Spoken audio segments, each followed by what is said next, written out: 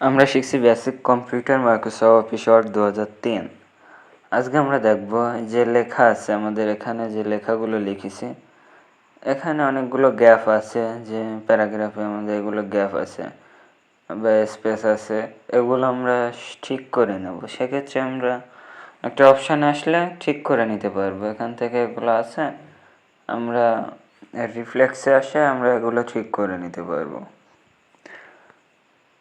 এখানে যে অনেকগুলো আছে, আমরা কিবোর্ড থেকে Ctrl+H দিলে চলে আসবে। এই যে Ctrl+H দিছে, এখানে এই যে রিফ্লেক্সের অপশান আসছে।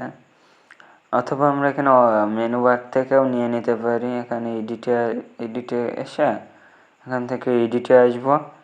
এডিটে এসে এখান থেকে এই যে রিফ্লেক্স বলে লেখা আছে, Ctrl+H রিফ্লেক্সে ক্লিক করলে এখান থেকে এই যে রিফ্লেক্সের অপশান চলে আসছে।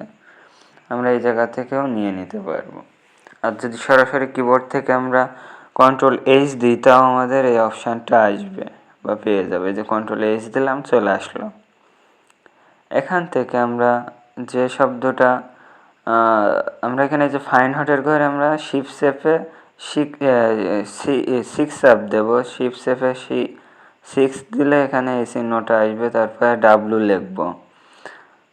ডাব্লু লেখার পর এখানে রিফ্লেক্স হয়েছে, আমরা কিছু লেখার প্রয়োজন নেই, একটা স্পেস দিলেই হচ্ছে আমাদের এখানে। এখান থেকে আমরা রিফ্লেক্স অল দেব। এখান থেকে রিফ্লেক্স অল দিয়ে ওকে দিলে আমাদের এগুলো সবগুলো যে জায়গায় আমাদের অনেক ফাঁকা ছিল সেগুলো আবার স্বাভাবিক এসেছে। এখান থেকে আমরা সেগুলো স্বাভাবিক করে নিলাম। ঠিক আছে, এখান থেকে আমি কেটে দিলাম। এখানে আমার এই যে লাইন এখান থেকে কভার করে নেব, যে ডান সাইডে ভাঙা মতো আছে সমান করে নেব। যে সেক্ষেত্রে আমরা এটা মার্ক করব। মার্ক করে এখান থেকে এই যে জাস্টিফাই ক্লিক করলে এই যে শেষের মাথাগুলো সমান আসছে। এখানে এগুলো সমান আসছে, এগুলো ভাঙা ছিল, এগুলো সমান করে নিয়েছি।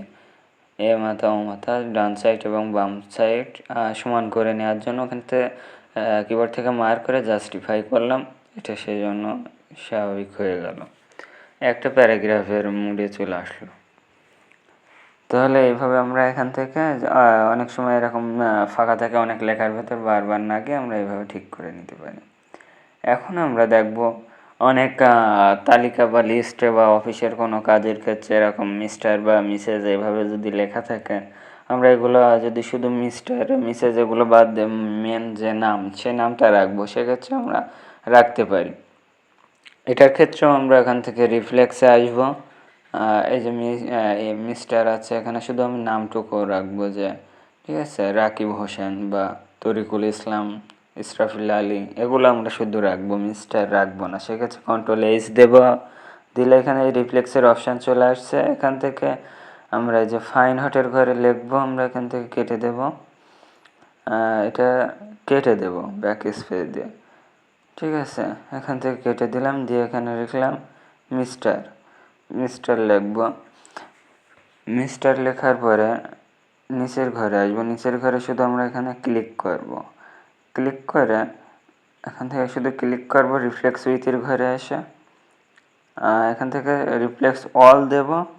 রিফ্লেক্স অল দিলে টোটালি আমার এখান থেকে ওকে দেবো, তাহলে মিস্টার উঠে যাবে। এই যে এখানে সবগুলোর মিস্টার উঠে গেছে লেখার আগে, শুধু মেন যে নামটা আছে সেই নামটা এখানে আছে।